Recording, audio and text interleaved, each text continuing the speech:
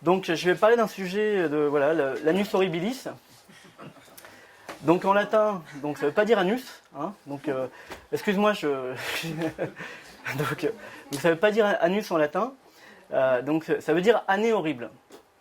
Année horrible, tout simplement parce que c'est vrai que Pingouin a traumatisé énormément de gens, hein, donc c'est une pénalité qui a touché énormément de sites. Vous avez vu le nombre de personnes qui ont levé le doigt. Et donc, même des référenceurs ont été vraiment traumatisés par cette pénalité. Donc, un petit historique rapide. Donc là, vous avez l'ensemble des pénalités. Et donc, dans notre cas, la pénalité la plus forte, ça a été octobre 2013. Donc là, on a vraiment senti, parce que bon, on gère quand même 300 sites internet. Donc en octobre 2013, on a vraiment là senti le joug de Pingouin. Et voilà. Donc j'aimerais revenir sur un terme, parce que je trouve qu'il y a de plus en plus une phobie au niveau des liens, hein. Moi, je vois des référenceurs, je vois des entreprises qui n'osent même plus faire un lien. Je trouve ça assez, c'est assez surprenant d'un côté, mais je les comprends très bien, parce que c'est sûr que quand on voit tout ce qui... quand on voit la pénalité comme ça, Pingouin, c'est vrai que c'est assez incroyable. Donc j'ai choisi le mot toxique parce que je le trouve vraiment pas adapté, tout simplement.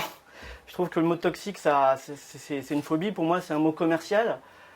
Pour les vendeurs d'outils, simplement, enfin ceux qui vendent des outils pour analyser les backlinks, je trouve que ils jouent sur la peur, simplement. Et c'est vrai que la peur, ça fait vendre et ça permet de vendre leurs outils derrière. Donc pour nous, en général, le gros problème, c'est surtout les encres optimisées.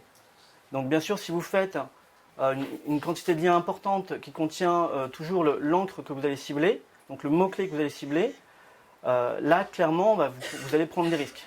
Si par contre, dans votre stratégie de lien, vous allez simplement tenter d'avoir quelques liens sur de bons sites, toujours avec des encres optimisées, si ce pourcentage est vraiment faible,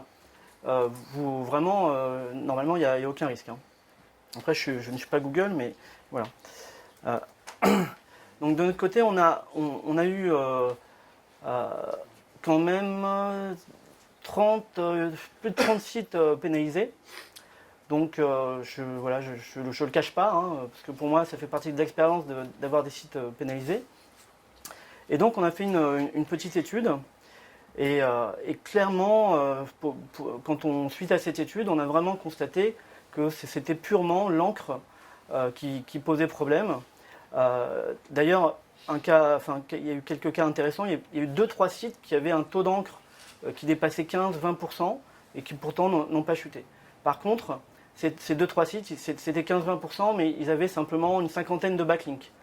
Donc pour nous, il y a aussi la quantité de backlinks qui va compter. Voilà. Donc avant de...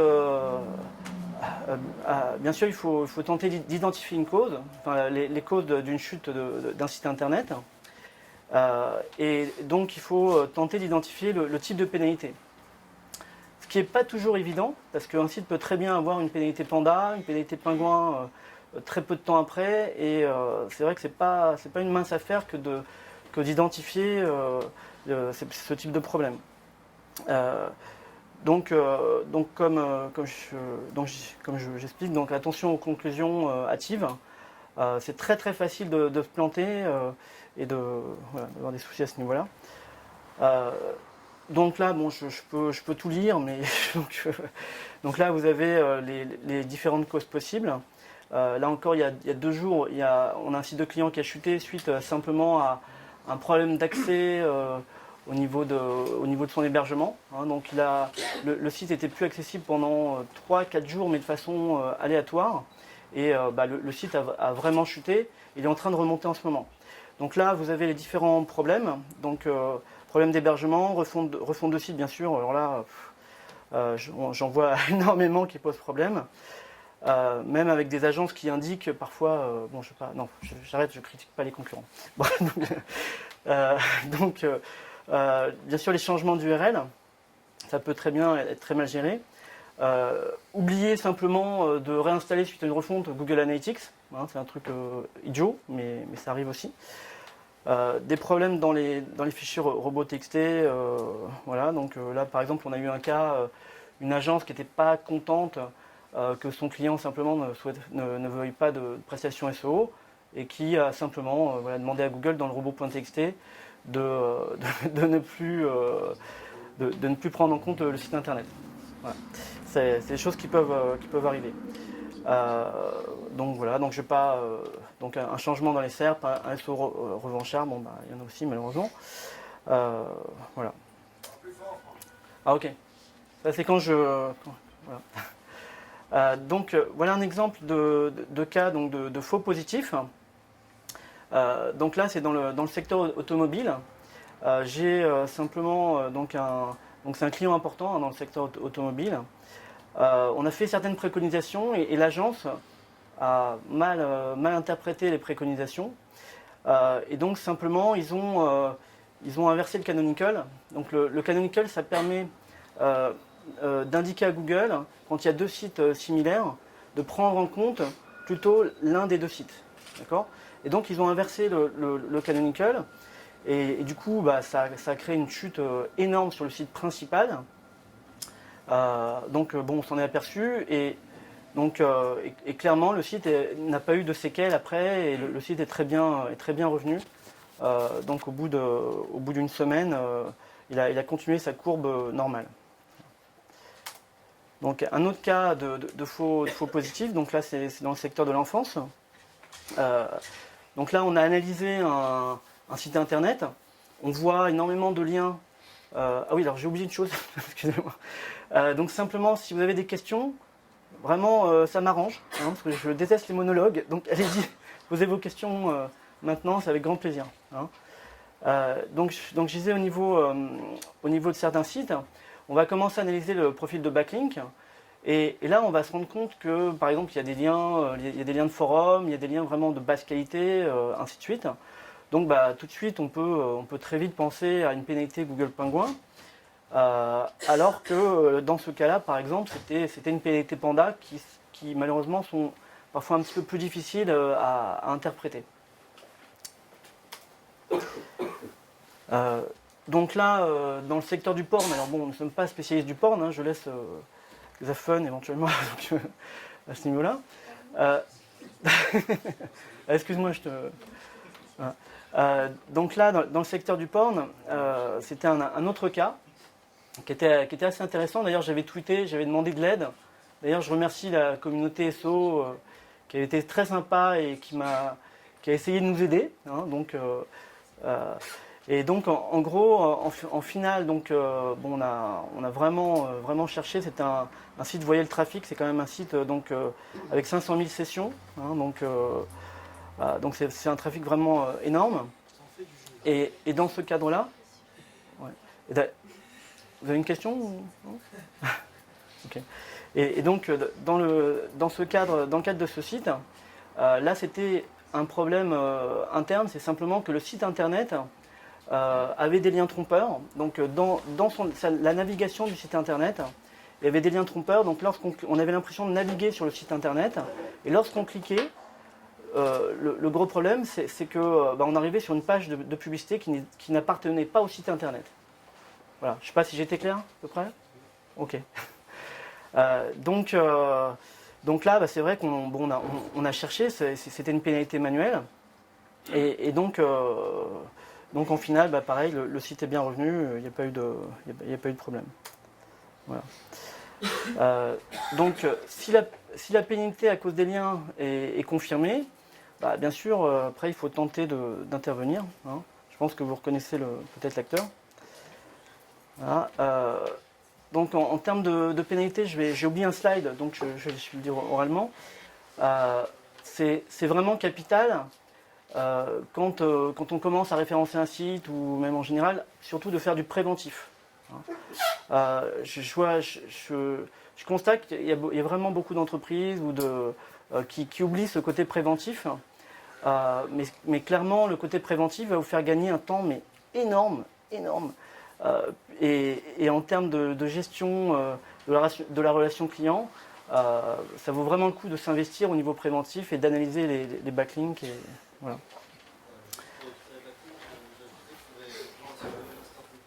Attends, si tu peux parler un petit peu plus fort, s'il te plaît.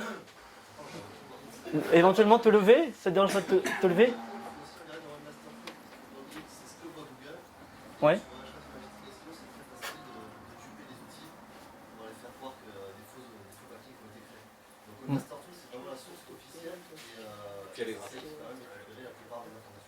Ouais, tout à fait.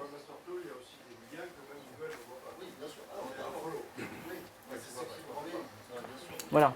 Après c'est vrai qu'il y a différents outils et Webmaster Tools est vraiment voilà. Hein. Mais encore il y a 2 jours, il y avait des liens qui avaient été supprimés il y a 2 ans à peu près dans Google Webmaster Tools. Donc 2 ans quand même, il pourrait se mettre un petit peu plus à jour parce que voilà. Donc au niveau de l'analyse des backlinks, donc il y a différents outils. Donc il y a Ahref et Majestic SEO. Donc ce sont les 2 principaux outils d'analyse de backlinks. Voilà. Alors là, j'ai touché à rien et donc attends, voilà, clac. Voilà. Donc après, il y a des solutions, il y a différentes solutions du marché que, bon, personnellement, je trouve très très chères. Donc qui vont vous permettre de gagner un petit peu de temps pour analyser les backlinks. Et donc certains outils vont vous indiquer que le pourcentage de risque pour tel ou tel backlink va être de temps ou temps. Et donc vous allez gagner un petit peu de temps. Alors bien sûr, ça ne remplace pas l'huile de coude, hein, parce que la meilleure technique, c'est quand même d'aller analyser les backlinks vraiment un par un, prendre son temps, et ça vaut vraiment le coup de le faire. Bon, j'ai l'impression que je suis un peu trop rapide, hein, mais bon, voilà. Tout ça. Ouais. Ok. Donc, comme nous sommes très radins, hein, donc on a simplement de notre côté créé une solution gratuite donc pour analyser les backlinks, donc qui s'appelle SEO Cleaner. Voilà. Ah bah j'ai pas la photo de Victor. Donc c'est une solution. Alors Victor, tu es où? Ah voilà le créateur hein, donc de l'outil. Je propose qu'on l'applaudisse d'ailleurs. Donc alors on l'applaudit aussi parce que c'est un outil gratuit. Donc quand on voit les coûts des différents outils, donc Victor a a développé à peu près 12 000 lignes de code. Il a passé ses soirées à ça en plus de son temps de travail. Et donc il a souhaité mettre à disposition cet outil SEO Cleaner qui va vous permettre de gagner du temps au niveau de l'analyse des backlinks. Donc il est disponible et donc sur le site d'SEO.fr. Hein. Voilà. Donc là vous avez un petit aperçu. Donc il faut en fait exporter vos backlinks. Il faut utiliser un des 2 outils de tout à l'heure, les exporter, idéalement dans un fichier TXT. Donc là vous voyez un petit peu le. Voilà. Donc après vous allez lancer l'outil. Alors cet outil a une particularité, c'est que c'est un crawler. Donc il va aller visiter chaque site internet qui fait un backlink vers votre site internet. Voilà, ça va, j'étais. Bon. Et donc. Depuis ton ordinateur. Voilà. Donc il va aller sur chaque site et il va passer en fait sur chaque page et il va analyser suivant différents critères. Donc il va récupérer en fait tout un ensemble d'informations. Voilà. Donc vous allez voir un petit peu après le type d'informations. Petite parenthèse, on n'a pas prévu de le commercialiser, hein, parce que voilà, hein, je tiens à le préciser. Peut-être qu'on le fera un jour, mais pour l'instant c'est pas du tout prévu. On est content et Victor est très content de le donner à tout le monde et voilà. Donc là vous avez un. Oui. Pour quoi? L'URL que tu lui donnes ou le site complet? Il va scroller l'URL que tu lui donnes et la page d'accueil. Voilà. Donc idéalement il faut prendre ce qu'on appelle le referring domain. Donc c'est-à-dire simplement le nom de domaine et pas l'ensemble des pages. Voilà. Donc là, suite à une formule de calcul, donc simplement les liens vont être triés et vous allez pouvoir après faire un export derrière. Vous allez pouvoir faire un export dans Excel et travailler avec Excel pour tenter d'analyser différentes choses. Donc là, on a un exemple. Donc les graphiques, ça a été d'ailleurs galère à développer. Hein. Ça a pris énormément de temps à Victor. D'ailleurs, il n'a plus de cheveux. Hein. Vous voyez, tellement il a développé. Donc là, on a un exemple. On voit qu'avec cet outil, on peut voir les blocs C, par exemple. On peut voir les IP. Donc les blocs C, ça peut être intéressant pour identifier des réseaux de sites internet, puisque si vous avez des liens qui proviennent de certains réseaux, c'est sûr que le risque, au niveau de Google, il risque de pas du tout l'apprécier. Hein. Quand vous avez un réseau, et même parfois sans le savoir, vous pouvez avoir des réseaux d'annuaires, de 50 annuaires, et là, c'est vrai que ça peut être dangereux, et voilà. Donc, on récupère aussi l'identifiant Google Analytics et l'ID AdSense. Donc, c'est vrai que pour identifier, pour se rendre compte vraiment de ce que des différents sites internet, c'est vrai que c'est intéressant. Donc là, vous avez, bon là, vous voyez rien du tout. Donc vous avez un exemple d'un export Excel et vous avez l'ensemble des données. Donc par exemple, on va récupérer le titre de chaque page et on va récupérer comme ça tout un ensemble d'informations. Et donc lorsque vous allez analyser derrière, vous allez gagner vraiment un temps précieux. Nous, grâce à cet outil, on a au moins gagné, je sais pas, je dirais 80% du temps et voilà. Hein. Bon, il n'empêche qu'il faut toujours aller analyser chaque backlink, mais déjà c'est une aide précieuse. Voilà. Donc pour identifier un mauvais lien, donc il y a 3 questions en général à se poser, et même beaucoup plus, mais bon, on va se baser sur les 3 questions déjà. Est-ce que j'aurais mis un lien sur cette page? D'accord, déjà. Est-ce que j'irai cliquer sur ce lien, puisque souvent on peut avoir des liens qui vont être cachés, ainsi de suite. Et est-ce que l'encre, bien sûr, du lien est optimisée? Donc est-ce que l'encre du lien contient des mots-clés ou est-ce que l'encre va contenir par exemple la marque ou autre chose? Donc un outil aussi bien sûr qui est vraiment très important, dont on a déjà parlé tout à l'heure, c'est SEMrush. Oui. Est-ce qu'il y a une connexion avec l'API SEMrush sur votre outil pour avoir des réponses de la Pas encore. Mais bon, voilà, on verra. C'est vrai que si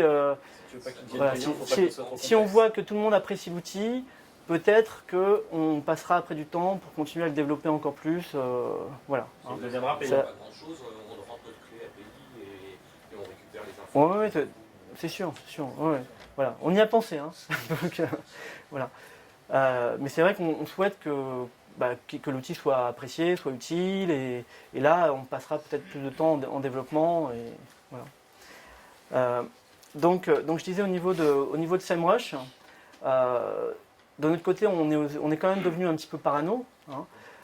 Et donc c'est vrai qu'à chaque fois au niveau d'un lien, on va aller analyser SEMrush, on va regarder SEMrush pour voir vraiment le trafic du site internet et pour justement tenter d'identifier si à un moment il y a une pénalité. Personnellement, je considère qu'un site qui a une courbe montante sur SEMrush, le lien aura certainement beaucoup plus de valeur qu'un site qui a subi une pénalité importante. Voilà. Donc je vais terminer sur une théorie au niveau de la valeur des liens. Hein, donc là, c'est un peu... à force de désavouer des liens, désavouer des différents liens au niveau de nombreux sites internet, on a pensé bien sûr à certaines choses. Donc un exemple, on avait un site assez important avec vraiment un nombre de backlinks assez hallucinant. Et ce site-là, on a désavoué plus de 90% des liens. Donc c'était un vieux site.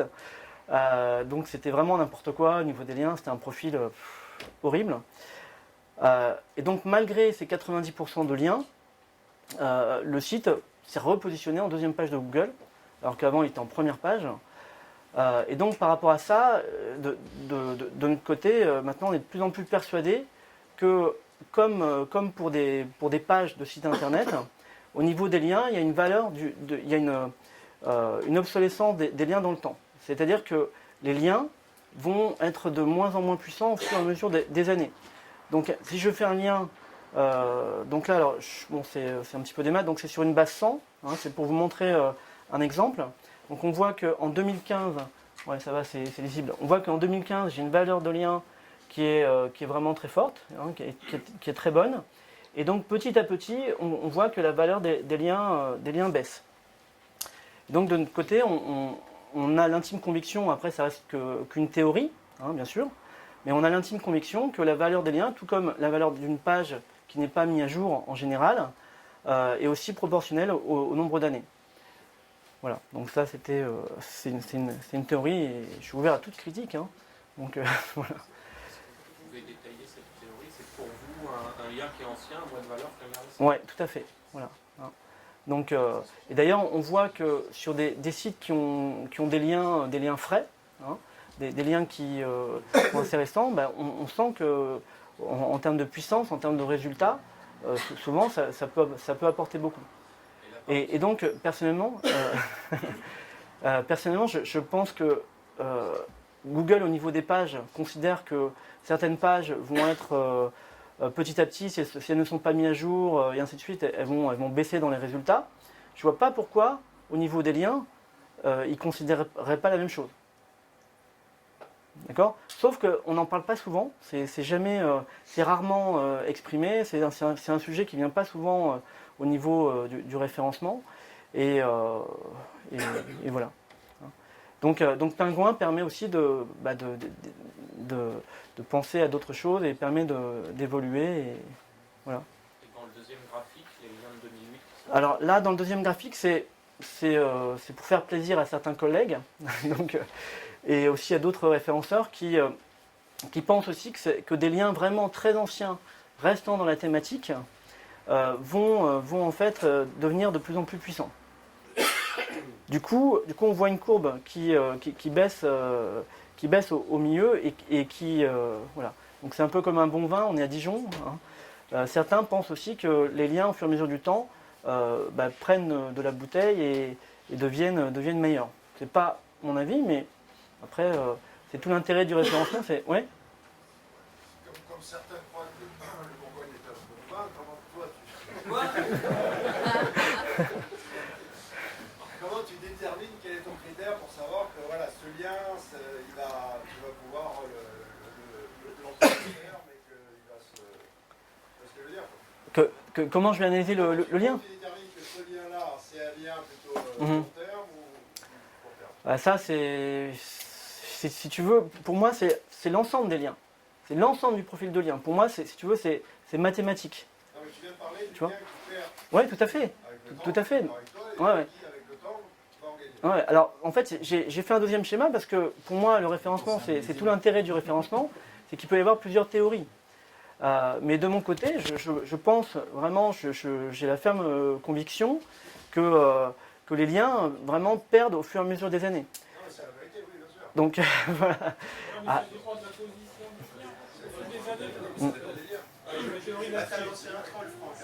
Ah, mais c'est bien! Mais c'est bien de lancer des trolls! Donc, alors, je ne fais pas de différence. En fait, c'est deux théories différentes. D'accord? C'est juste deux théories différentes. Et du coup, personnellement, je suis plus pour la première théorie. Parce que quand on voit que sur un profil de lien où on a plusieurs millions de liens, tu désavoues quand même 90% des liens et que le site revient en deuxième page, pour moi, ça démontre... Il n'y a pas que ça, hein, on a d'autres indices. Mais pour moi, ça démontre bien qu'il est primordial, bien sûr, d'avoir régulièrement des nouveaux liens et que, éventuellement, dans votre cas de désaveu, idéalement, de favoriser des vieux liens. Vous dire, bon, bah voilà, moi, je vais plutôt prendre des liens qui sont extrêmement anciens, du coup, ils ont peut-être un peu moins de valeur pour Google, et je vais justement plutôt retirer ces liens-là et les désavouer au niveau de Google. Voilà. Moi, je pense que le lien qui perd de la valeur, c'est sur un site qui vit. Parce qu'au début, si je prends un exemple d'annuaire, c'est flagrant, ce sont des campagnes d'annuaire, ça c'est de quoi je parle. Vous allez envoyer 100 liens d'annuaire, vous allez dans la page nouveauté, vous avez un boost, parce que la distance entre la Ouais, bien sûr, bien sûr. Ouais. Donc, si c'est un site qui vit, votre lien il perd naturellement en puissance, vu qu'ils seront soumis dans le site, la distance entre la page d'accueil et après sur l'historique, sur le très long terme. Voilà. Alors, après, bon, on parle d'annuaire, donc il y a aussi un côté naturel, c'est que bien sûr il y a aussi énormément d'annuaires qui ont été pénalisés. Donc il y a aussi naturellement, comme étant donné que ces annuaires ont été pénalisés, bon, logiquement ils ont déjà moins d'importance. Hein, donc voilà. Bon, si vous voulez troller encore un petit peu, voilà, je troll avec plaisir. Je pense qu'il peut y avoir plusieurs théories là-dessus. Hein. De toute façon, Ah ouais, non, mais bien sûr, bien sûr. C'est pas quelque chose de fixé. Hein. C'est comme, pour reprendre l'exemple du vin de Laurent, le Pétrus, selon son année, tu sais pas s'il va être bon ou pas finalement. Hein. Voilà. Donc, c'est le temps qui te le dira. Mais c'est vrai que comme Google, en général, un contenu ne bouge pas, je vois pas pourquoi, en termes de lien, il n'aurait pas aussi une échelle de temps. Parce que l'activité d'une entreprise, par exemple, peut très bien changer. D'accord ? Il y a beaucoup d'entreprises. Nous, par exemple, on avait une autre activité avant et on s'est orienté vers le référencement. Donc, tout peut changer au niveau du temps et ça ne me paraîtrait pas logique qu'il n'y ait pas cette dévalorisation des liens dans le temps. Mais là, c'est pas l'âge qui rentre en compte, c'est la thématique du lien qui est modifiée. Alors, il y a la thématique, bien sûr, qui est modifiée aussi. Mais tu vois, c'est naturel qu'un site puisse changer d'activité. Voilà. Oui, tu avais une question ? Ta conférence, c'est chercher et supprimer. Tu nous as pas parlé de comment aller les supprimer. D'accord. C'est bien, t'as suivi, toi. D'accord. C'est bien. Bon, il y en a un qui suit. En même temps, il n'a pas fini. Ouais. Voilà. Alors, attends. C'est très bien ça. Donc après, bien sûr, pour les supprimer, vous avez bien sûr l'huile de coude. Donc là, il faut montrer à Google que vous avez voulu faire un effort très important. D'accord ? Donc ça, il y a une conférence au niveau de Dublin qui est... Ah, très bon. Donc nous bien sûr, on va contacter, on tente de contacter. Et vous avez par exemple là Benoît, donc, qui est un super développeur, qui peut aussi vous développer un outil pour essayer de contacter plus facilement des webmasters. Voilà. Donc, mais de notre côté, on va principalement les contacter par email, avec l'email du Wiz ou des formulaires de contact, et voilà. Hein? Ouais, d'accord. C'est cool ça. Les emails du webmaster du site. Voilà, donc dans certains... Oui, tout à fait. Alors là, dans SEO Cleaner ou dans d'autres outils? Alors dans SEO Cleaner, on a retiré l'email parce qu'on voulait pas passer pour des spammers. Mais effectivement, il y a une version où on récupère aussi les emails sur les sites internet. Hein, voilà. Donc la version que tu as est une version... voilà. Ouais. Plus de demandes pour des clients et qu'est-ce que tu peux faire t'aider? Alors, je sais pas, vous avez entendu la question ou... Il y a une question de Paul. Plus de pénalités manuelles ou algo dans tes clients, enfin dans les demandes. Ouais. Et qu'est-ce que tu préfères traiter? Alors, donc de notre côté, entre la pénalité donc algorithmique ou la pénalité manuelle, c'est vrai que pour l'instant, on préfère quand même la pénalité algorithmique. Pourquoi? Parce que simplement on a trouvé une solution qui fonctionne bien, donc voilà. Mais sinon clairement, la pénalité manuelle est quand même préférable parce que là, vous allez discuter avec des humains, même si les humains sont quand même... avec les humains, c'est quand même très aléatoire. Nous, on a eu des liens assez étonnants, des liens totalement naturels. Et ces liens naturels, le Quality Evaluator de chez Google a considéré que ces liens étaient pas bons, d'accord. Et donc, on est obligé de satisfaire sa demande, et on est victime malheureusement de certaines personnes, soit qui sont extrémistes au niveau des liens, ou voilà. Donc, oui. Au niveau du temps de réponse entre la demande la soumission, la demande d'examen et la réponse, c'est variable. Alors donc pour une pénalité du coup manuelle, hein, Ouais, bah, en fait, au niveau d'une pénalité manuelle, ça dépend des cas. Mais ce qu'il faut comprendre, c'est qu'il ne faut pas hésiter dès le départ. Moi, je vois des webmasters qui hésitent énormément à retirer des liens. Je les comprends, parce que les liens sont tellement difficiles à obtenir que c'est sûr qu'on a du mal à les avouer. C'est comme si on se donnait un coup de couteau, presque, tellement les liens ont été durs à obtenir. Et donc concrètement, il faut dès le départ ne pas hésiter au niveau du profil de backlink à vraiment sabrer une grande quantité. Moi, je vous confirme. Donc on a dépénalisé plus de 60 sites internet. Et bon, même si c'est pas encore une quantité énorme, mais 60 c'est déjà sympathique. Et donc je vous confirme qu'il ne faut pas hésiter. Voilà. Faut pas. Donc sinon, ça va prendre un temps fou et il faut savoir. Et il faut savoir que si vous le faites mal au début, au niveau de Google, ils veulent optimiser leur temps. D'accord? Donc comme ils veulent optimiser leur temps, votre première demande va être très appréciée, enfin elle va être vraiment suivie. Les demandes suivantes, ils vont peut-être passer moins de temps dessus, et je pense qu'ils ont même des outils automatiques pour optimiser leur temps. C'est-à-dire que si vous avez, ils vont définir des liens, d'accord? Ils vont définir différents liens, ils vont les avoir dans leur système, et à partir du moment où vous n'avez pas supprimé les liens qu'ils ont définis, je veux dire, ils ne vont même pas répondre. À mon avis, tout est automatisé et la demande, vous recevez une réponse même automatique. Et voilà, c'est mon avis. Mais du coup, entre la demande de réexamen et la réponse, vous avez eu des délais variables ou c'est tout? Ouais, c'est variable. Et en général, je dirais 2 mois maximum, 3 mois, ça dépend de la quantité de liens et ainsi de suite. Ouais, tu avais une question? Ouais, si tu parlais de désavouer près de 90% des liens tout à l'heure, mais ouais. qu'est-ce que tu penses de repartir à zéro?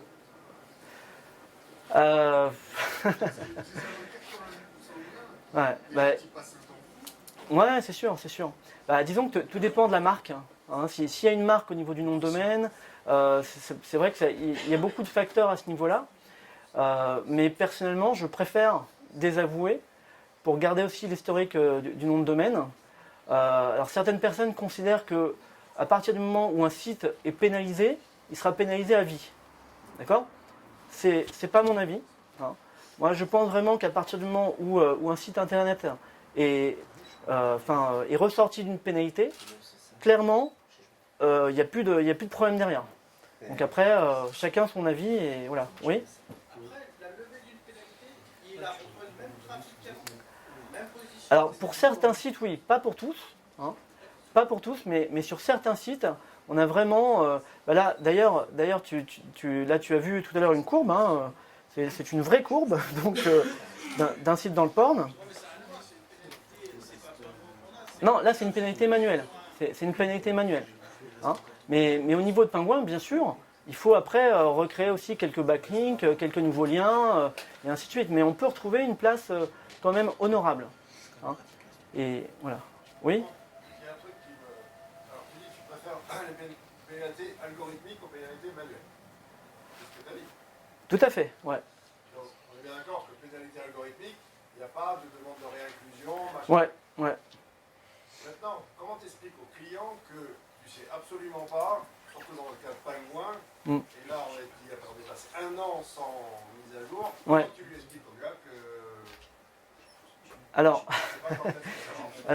Bon. Il faut qu'il prie un peu, c'est ça? Mais là, c'est une très bonne question, parce qu'effectivement, quand il y a des cas comme ça, on tente d'expliquer qu'il y a eu tout un historique de backlink. Donc il y a eu des liens depuis des années qui ont été pris en compte dans son profil de backlink. Et c'est sûr qu'on a eu parfois des personnes où la vie de l'entreprise était en jeu. Donc de notre côté, on s'est retroussé les manches et on a réussi justement à trouver une technique qui nous a permis, à partir de décembre, donc si on prend le graphique là, on va y arriver. Voilà. Donc à partir de à peu près de décembre 2013, on a trouvé une solution qui est une solution un petit peu spéciale, mais donc on a réussi à faire remonter leur site. Voilà. Donc, mais sinon, c'est sûr que si on n'avait pas cette solution, clairement, on préférerait une pénalité manuelle. Ça, je veux dire, c'est certain. Et cette solution, l'intérêt aussi, c'est que elle a passé les mises à jour en fait, de Google. Parce que quand on met une solution en place, il faut savoir que le test, c'est de passer la mise à jour suivante au niveau de Penguin. Hein, et qu'il n'y ait plus de problème. Et voilà. Ouais. Oui. On parle souvent du désaveu, etc. quand un client a été pénalisé. Ouais. Moi, je suis en agence et j'ai l'exemple d'un client qui est ultra parano et qui n'a jamais été pénalisé, mais qui a désavoué à peu près 90% de ses liens par peur d'un jour être pénalisé. Ah non, mais c'est sûr qu'il nous... Est-ce que c'est prendre le risque de s'auto-dénoncer? Personnellement, je pense pas. Voilà. Après, vraiment, au contraire, moi, je me demande même si... après, bon, c'est toujours des suppositions, mais c'est ce qui est intéressant aussi, les suppositions, parce que, bon, je me demande même si Google ne donne pas un petit coup de boost au niveau des personnes qui utilisent l'outil. D'accord? Parce que ça montre que, on suit, malheureusement... voilà, on va suivre les préconisations de Google. Et donc ça pourrait aussi expliquer que, d'ailleurs, ton client, est-ce qu'il a chuté énormément après avoir retiré 90% des backlinks ou pas? Ça n'a rien changé. Ça n'a rien changé. De toute façon, il était en progression, il est toujours en progression. D'accord, donc c'est encore un exemple de site internet où tu as désavoué énormément de backlinks et finalement ça n'a rien changé. D'accord. Bon, voilà. Donc c'est vrai que c'est assez surprenant parce qu'on pourrait se dire, je suis en train de scier la branche sur laquelle je suis accroché, mais en réalité, voilà, ça va. Alors nous, il y a quand même, il y a quelques années, on ne voulait pas utiliser l'outil. Hein. On était, voilà, on voulait absolument pas utiliser cet outil, mais maintenant qu'on a testé, on voit qu'il n'y a pas de problème. Et surtout, quand on prend maintenant un nouveau client, on commence. La première chose à faire si vous avez un client, enfin, excusez-moi, je parle plus au SEO. Hein, la première chose à faire, c'est l'analyse du profil de backlink, ne pas hésiter à désavouer. Là, on a encore le cas pour un site très important, vraiment un grand compte. Dès le départ, on a désavoué une bonne quantité de liens et clairement, le site a monté derrière sans problème, depuis 4-5 mois. Donc, voilà. Sans autre opération particulière? Alors, bien sûr, il y a eu un travail, bien sûr, mais le temps que notre travail soit pris en compte, le temps que Google crawl les pages, cette amélioration, pour nous, voilà. Hein, ouais. Et surtout, en fait, on l'a fait sur d'autres sites internet. Voilà. Hein, donc, oui. Il y a une technique Black Hat qui consiste à faire des dizaines de milliers de liens vers une page et à les retirer. Est-ce que désavouer des backlinks, c'est pas un peu faire ce genre de choses? Alors là, il y a de bons Black Hat dans la salle, donc tu pourrais poser la question à certains Black Hat. Mais non, pour moi, c'est pas vraiment la même chose. Hein, c'est pas, parce que si tu veux, quand tu fais des liens et que tu les retires juste après... Il parlait de faire plein de liens en Black Hat et de les retirer ensuite. Et il demandait si c'était pas une forme de désaveu. Ça a été testé. Ouais, voilà. Mais pour moi, c'est vrai que c'est deux choses quand même différentes. Donc, voilà. Oui. Qui? Oui. Pour un site qui aurait été beaucoup pénalisé et pour lequel on a enlevé tous les liens pénalisés, quelle est la solution si ça ne fonctionne pas? Est-ce qu'il faut recréer une nouvelle URL et recréer son site? Si on a retiré tous les liens et que le site ne remonte pas? D'accord. Alors, donc, à mon avis, ça c'était avant les nouvelles mises à jour de Google Penguin. D'accord? Parce que maintenant, l'avantage, et là, de notre côté, on respire un petit peu aussi, l'avantage, c'est que justement, Google Penguin se met à jour beaucoup plus régulièrement. D'accord? Là, on voit qu'il y a eu un laps de temps d'1 an.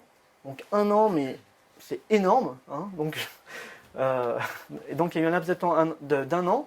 Mais maintenant, comme la mise à jour est beaucoup plus récurrente, il n'y a pas de raison de ne pas y arriver. Je vois pas... je veux dire, nous, on y arrive bien sur tous les cas, donc je vois pas pourquoi. Vous allez y arriver, hein, courage. C'est juste une question que je suis pas Ouais. C'est en fait, et on peut arriver à retrouver le trafic qu'on avait avant en faisant les bonnes pratiques derrière. Bien sûr, après il faut recréer à nouveau des liens, il faut relancer certaines choses, mais on a vu des sites qui avaient subi Penguin, par exemple, ou qui avaient même subi une pénalité manuelle, et le trafic d'avant a été retrouvé. Pas sur tous, bien sûr, mais il y a des cas où c'est possible. Donc il faut, comme on dit, l'espoir fait vivre. Donc il faut y croire et il faut se donner les moyens et voilà. Tu as une question Pendant un an, il n'y a pas de mise à jour.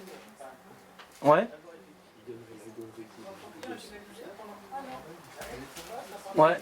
Ouais, tu peux te lever pour que je t'entende. Merci. Ouais. Pendant un an, donc il n'y a pas de pénalité. Ouais. Pendant ces un an, vous faites que nettoyer des liens? Ou vous ne faites pas un deuxième site de rien? Ah, si, bien sûr, on peut dans certains cas, mais si tu veux, comme j'expliquais tout à l'heure, en fait, au bout de 2 mois, on a trouvé une solution, à peu près. Donc, si tu veux, comme on a trouvé cette solution, on n'avait plus ce souci-là. Mais C'est-à-dire que tout le monde, on a tous une pénalité algorithmique, toi, au bout de 2 mois, tu lèves la pénalité? une pénalité pingouin, ouais. Voilà. Et même pas. Maintenant, c'est plus 2 mois. 2 mois, c'était ce laps de temps. C'était le laps de temps au départ de recherche. Voilà. Donc, mais maintenant. Non, mais il y a une pénalité algorithmique. Ouais. On est en 2013. Ouais. Julien, ça fait 6 mois que j'essaie de lui faire dire sa solution. On a une pénalité algorithmique. Ouais. Il n'y a pas de levée de pingouin. Ouais. Tu vas sortir un site en 2 mois? Avant Ah ouais, mais sans problème. Sans problème. Même encore il y a 15 jours. Non, mais bien sûr. Non, mais j'ai compris, mais c'est juste pour t'expliquer que cette technique-là, il y a 15 jours, on ne voulait pas s'embêter à la mettre en place. On ne voulait pas désavouer des liens, ainsi de suite. Le client était très exigeant, donc on lui a dit, bah, écoutez, il y a 2 solutions. Soit on va désavouer, soit on va mettre en place la technique. Et en fait, donc c'est sur Plombier Paris, d'ailleurs, je peux donner la requête. J'ai rien compris alors, d'accord. Okay. J'ai rien comprendu, excuse-moi. Voilà, pendant un an, tu es pénalisé, il n'y avait pas de mise à jour. Ouais. Avec ta méthode, est-ce Oui. que tu levais une pénalité pendant ces 1 an? Ouais, tout à fait. Il n'a pas dit. Mais c'est un pouce? Ouais. Bien sûr. Si tu deviens client, tu pourras connaître la solution. Non, mais bien sûr, on lève la pénalité. Même s'il n'y a pas eu de mise à jour, si tu veux, on lève la pénalité en fait. Voilà. Combien de temps? Donc, alors après, je peux donner un indice sur cette technique. Ouais, bien sûr, une pénalité pingouin. Voilà. Ouais. Donc voilà, mais je pourrais donner un indice sur cette technique tout à l'heure où je la donnerai sur Twitter. Il n'y a pas de souci. Voilà. Alors maintenant j'ai. Ouais. Tu sais, les hommes politiques font beaucoup de promesses du genre. Non, mais je le ferai peut-être sur Twitter. Le problème, c'est qu'il y a une personne dans l'entreprise qui ne souhaite pas pour l'instant, donc je vais respecter son avis. Et voilà. Donc, voilà. Ouais. Il est actionnaire? Non, il n'est pas actionnaire. Alors, c'est pas grave. Mais je suis pas comme ça, moi. Je vire pas. Donc, je suis trop gentil, moi. Non, mais il faut que je vois avec cette personne qui, voilà, je vais pas. Pour moi, c'est un peu le trahir. Je veux pas le trahir. Et voilà. Ok. Oui. Alors peut-être ce soir si j'ai trop bu. On paye tous notre tournée et tu seras toujours. Voilà. Ouais. Vas-y. Non mais il y a la vidéo là. À cette question de pénalité et de temporalité, de mon expérience personnelle, pour avoir eu des sites qui étaient pénalisés en mai 2013, on n'a pas attendu octobre 2013 pour ressortir. Donc je pense que de mon expérience, que ce n'est pas un nouveau passage du filtre pingouin qui est cible à pénaliser qui va faire remonter les sites. Alors, voilà, ton avis est intéressant. Nous, en tout cas, ce qu'on a constaté et ce qu'on constate aussi même sur les réseaux sociaux et ainsi de suite, ouais, je termine, hein, je me dépêche. On va faire la question pour le mug aussi. Ah d'accord. Donc ce qu'on a constaté, et même tu peux demander dans la salle en général, c'est qu'un site, donc suite à un désaveu de lien, va ressortir uniquement, va être dépénalisé de pingouin uniquement lors de la prochaine mise à jour de pingouin. Par contre, on n'a pas travaillé le désaveu. Voilà, d'accord? Donc c'est vraiment uniquement lors de la prochaine mise à jour, et c'est pour ça que c'est totalement injuste que Google ait laissé un laps de temps d'1 an entre les 2 mises à jour, mais c'est n'importe quoi. Voilà. Donc, et là, je suis vraiment très content que maintenant les mises à jour soient beaucoup plus récurrentes. Et...